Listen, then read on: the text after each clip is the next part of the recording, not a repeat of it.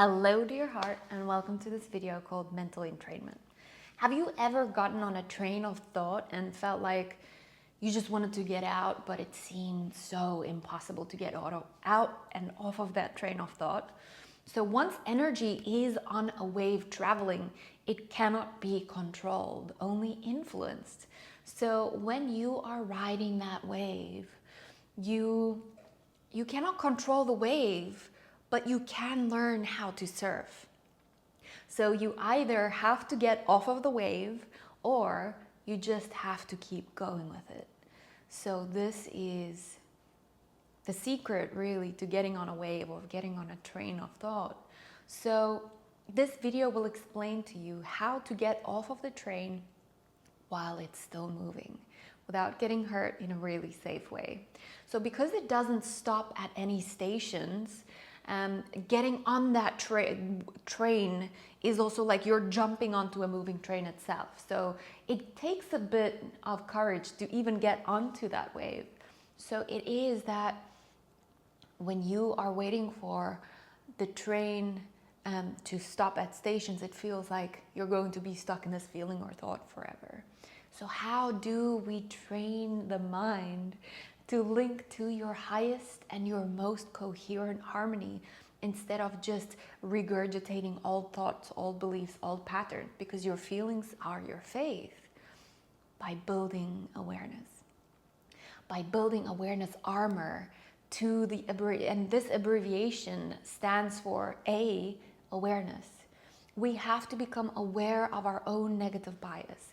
Due to survival mechanisms, the mind clings to negativity. And this is the suggested program because the brain is an organ that is not fit for thriving, but it is actually there to ensure survival. So if someone gives you 9 compliments and 1 criticism, the chances are that you will remember that 1 criticism instead of remembering all the other 9 compliments that they've given you. This is just how the brain is wired to function to ensure survival. So remember that this 1 criticism doesn't say anything more than the other 9 compliments. But after a week, if I ask you what that person said, normally that 1 criticism would be the thing that comes forward. And it can be misunderstood in some way, but we can retrain the brain and show it how it can be of better service. Number 2, R, stands for reframing. Reframing is the context doesn't change, but the content does. So the problem cannot be solved from the same structure that created the problem in the first place. So one has to go into the mechanics of the mind and go meta instead of dealing with the content that arises there. So you have to change the context in which it arises instead of just fighting with the content that is there. Again, it has a lot to do with awareness if you think about that.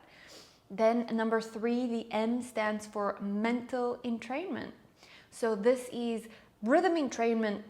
Teaches us that nature is always falling into the path of least resistance and the most energy efficient ways to do things. Thus, mental entrainment follows these same laws. Okay? It is more economical for the energy of events to just keep repeating and fall into that rhythm. So thoughts and feelings to regurgitate each other. And to feed and bleed into each other and then repeat. So in this, there is a closed circuit, and this frequency that happens to be in this phase is intertwined with each other. So mix that with negative bias, habitual nature, and the viscosity of energy that likes to stick together. It is easy to experience a mind that rides a wave of guilt and shame or lack or unworthiness, sadness for hours on end, for days on end, and some people even years on end. So in training the mind on the attitude of gratitude or the wave of gratitude is an absolutely essential thing to do. We have between 12,000 to 60,000 thoughts in one day, and 80% of them are negative, so to speak. And 95% is exactly the same thought as the day before. Isn't that crazy?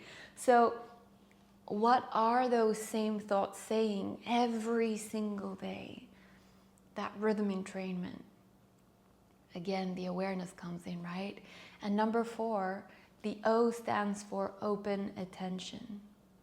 So we have more than one kind of attention, and yet we have been trained to just focus on the narrow focused attention.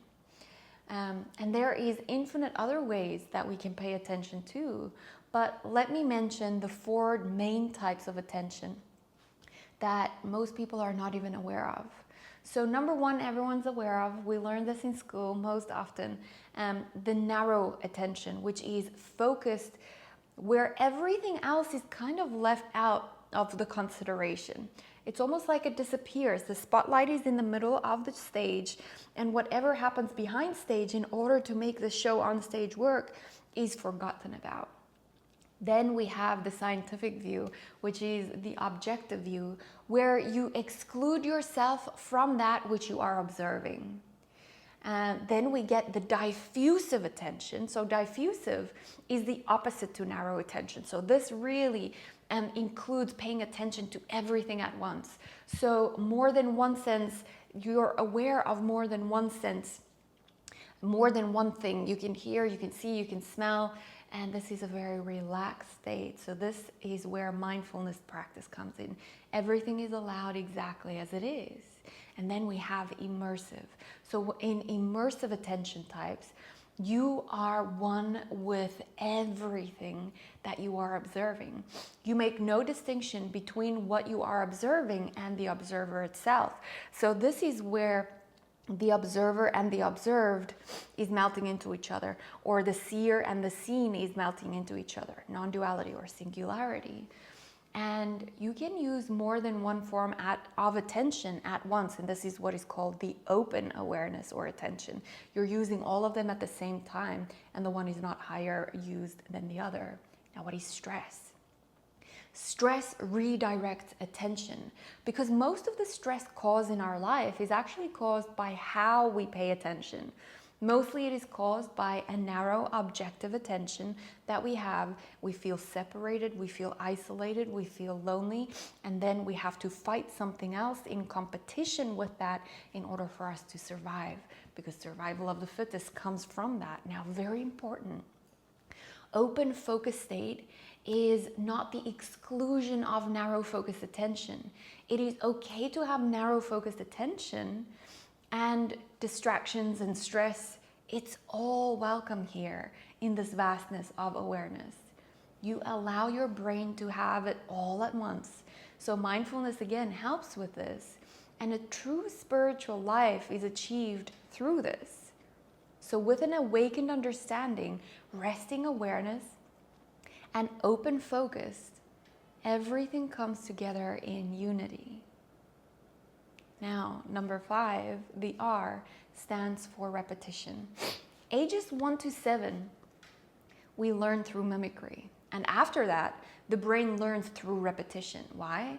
Because in order for the mind to optimize energy and to make systems work and to set in the reference frames and build models to automatize things, it looks for validity and consistency, these two things.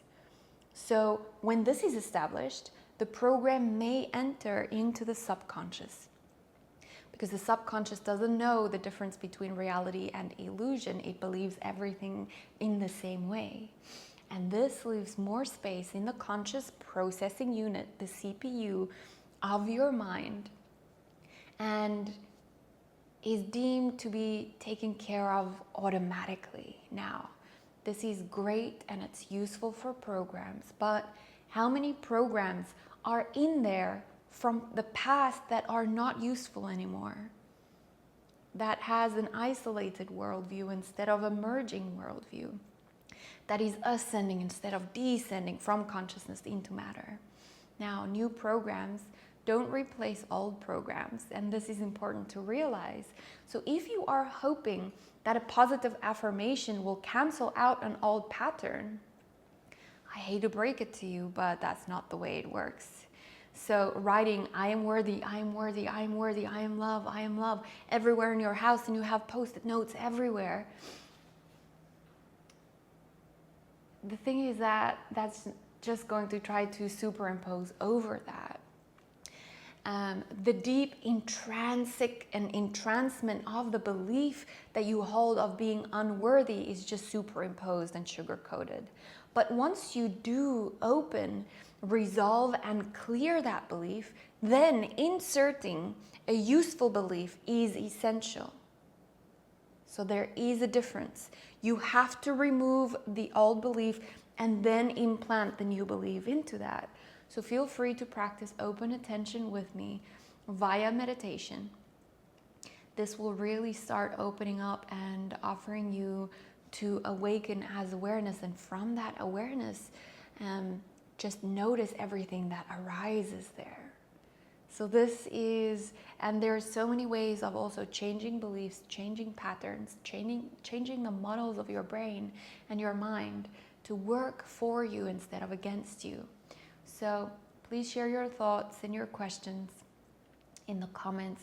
It really helps me to connect to what you need and what you like. And it's also, I find this super valuable, but I don't know where my community is at if they don't let me know and they don't communicate that. So thank you so much for watching this video on mental entrainment. And I hope that this was of service to you. Any questions are welcome. I'm here, I'm listening. Namaste, dear one.